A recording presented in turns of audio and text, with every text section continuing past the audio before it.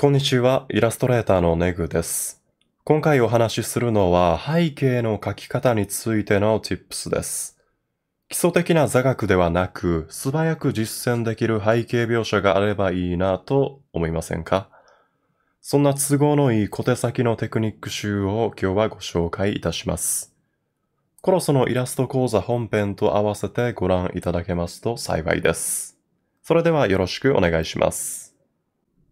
その前にお知らせです。本日2025年6月2日から7月31日まで私のイラストのブロマイドとステッカーを日本全国のコンビニで販売します。1枚200円からで全14種類です。コンビニのマルチコピー機の e プリントサービスを選んで QR コードもしくは商品番号を入力すると購入できます。珍しい機会なので、ぜひ買ってみていただけると幸いです。最初は背景全体がよりリアルに見える小技を紹介します。まずはこちらをご覧ください。黒いブーツがありますが、そこに反射光を描くと一気に存在感が上がり、リアルに見えます。拡散反射と比べ、このような鏡面反射光は我々の目にとって写実性を実感しやすい表現だと思います。そんな鏡面反射光を背景描写にも使ってあげましょう。わかりやすいのが空や照明の光が床に反射されている描写です。床の質感次第ですが、鏡のように綺麗に反射せず手前に伸びてきていますよね。光の表現を感じられるだけではなく、画面内の情報量を作り出してくれています。また光を反射させるとコントラストが生まれやすいので、そこに人物などを配置するとシルエットが際立ちやすいですね。実際のイラストだとこのように使用します。街中の光が雨の影響で地面に反射していますね。情報量も上がるし、人物のシルエットが際立ってかっこよく写っていますね。このイラスト以外にも多くの場面で使用している技術です。現実世界を観察して自分の絵に活かしてみましょう。左右の写真では反射の仕方が少し違いますよね。右側は鏡のように反射しているのに対して、左側はシルエットがぼやけて見える程度です。これは左側の水面の方が波立っているからですね。表面に凹凸があるとこうなりやすいです。雨の日の夜にもよく見覚えがある光景ではないでしょうか。リアルに見せる表現ということで、鏡面反射について語りましたが、もう一つ影についてお話しします。光が届きづらい場所にできるオクルージョンシャドウです。実際にこの影を作る瞬間を見てみましょう。ドアの周りに影を描きます。範囲選択をしてからソフトブラシで暗い色を置くという手順です。ブラシサイズが小さいとムラができてしまうので気をつけましょう。影を作る前と後ではドアの存在感が全く違いますよね。背景にリアルさを出したいときはこの手法をよく使います。光源から直接照らされていない場所、物と物が密集している場所にこの影を置くと効果的です。例えば本棚の隙間とかが良い例ではないでしょうか。先ほどと同様の手順で描いたものです。他のイラストでも様々な場所に使われています。適切な場所に使用するとリアルに見えやすいのですが、使い方次第では逆効果にもなりやすいです。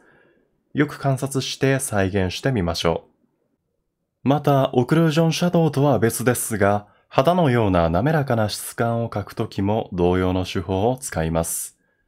範囲選択をしてソフトブラシで影を作ります。このような影を描くときは定山レイヤーを使用することが多いですね。次は情報量の出し方に焦点を当てていきます。まずは線を使った方法です。背景を作る際、人工物を描くことは多いと思います。その時にパースに沿った線を描くと奥行きと情報量を同時に作りやすいです。漫画でもよくある表現ですね。壁の模様だけではなく、ひび割れや汚れなんかもパースに沿って描いてあげるとイラスト全体にまとまりが出ます。実際のイラストではこのように壁や床の質感表現を行っています。ただ質感を表現するだけではなく、絵のパースをわかりやすくする効果もあると思います。このイラストの場合、壁に線があるおかげで魚眼レンズ的な表現だとわかりますね。また、遠方の背景を描く際、横線の描写が多くなります。これは近くで見ると複雑な形であっても、パースに沿って変形すると押しつぶされて見えるからですね。結果的に線のように見えるというわけです。次は複製や変形を使用して効率よくディティールを作る方法をお話しします。こちらのイラストを例に方法を紹介させていただきます。この部分のディティールはブラシによる描写で行ったわけではございません。まずは長方形を作ります。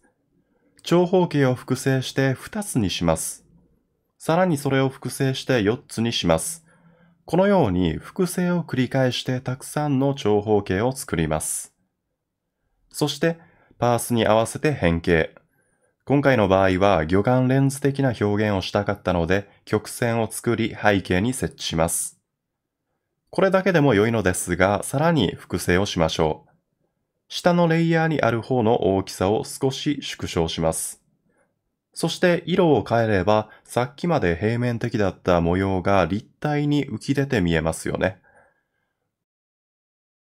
上のレイヤーに反射光を描いてあげると完成です。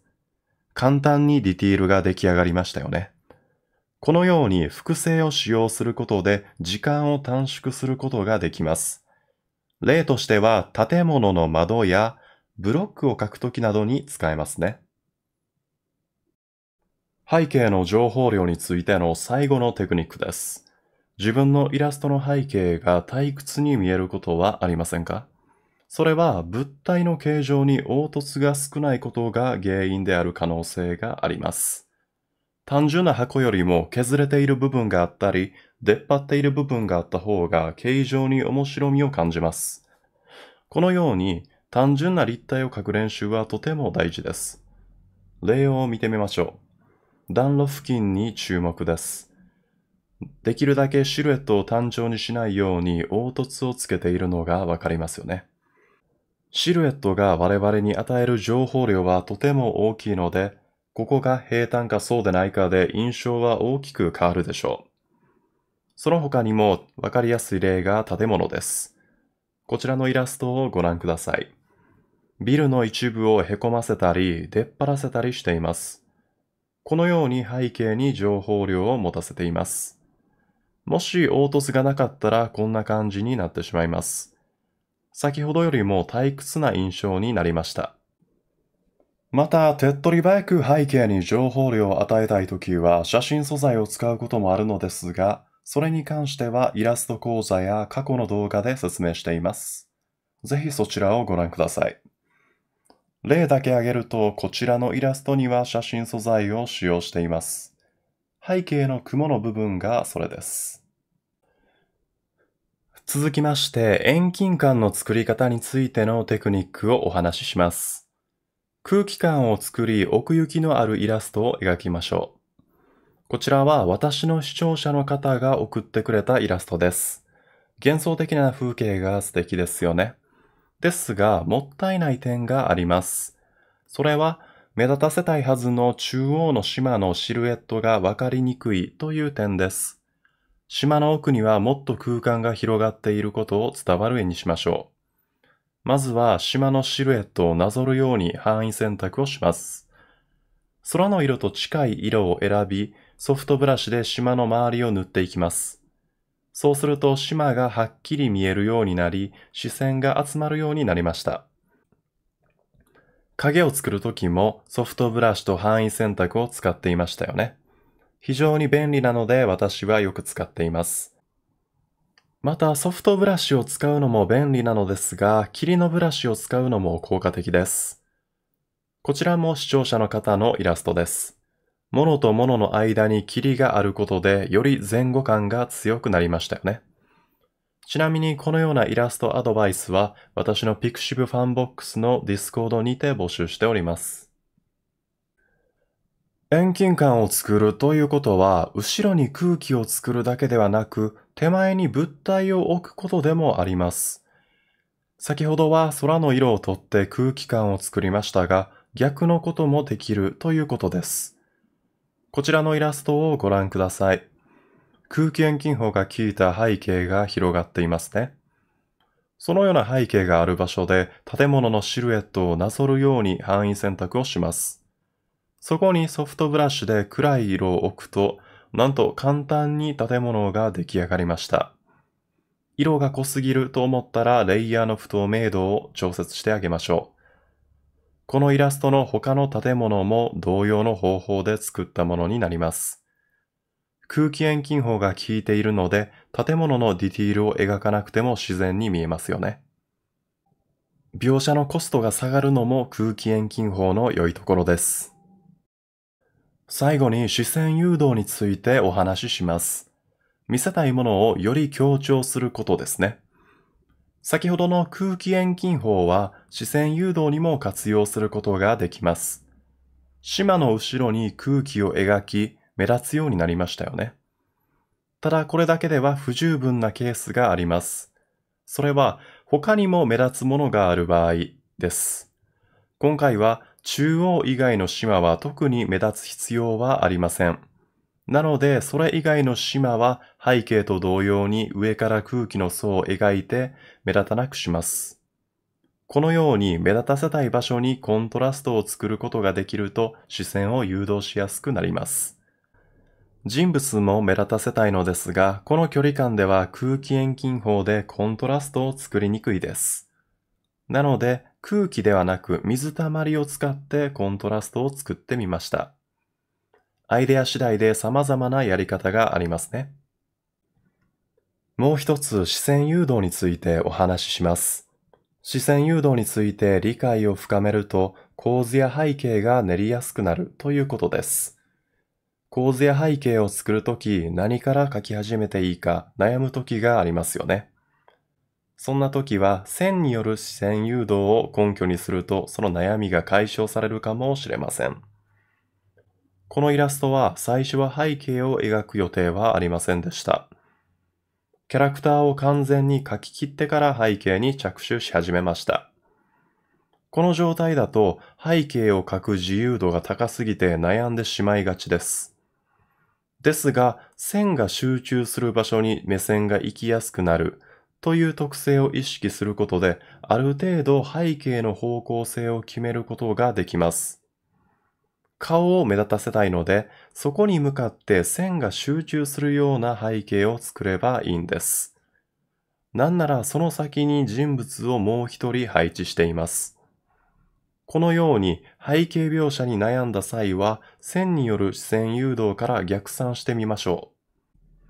線による視線誘導はいろんなイラストでも見られるので、ぜひ観察してみてください。というわけで、今回は背景を描くための様々な情報をまとめてみました。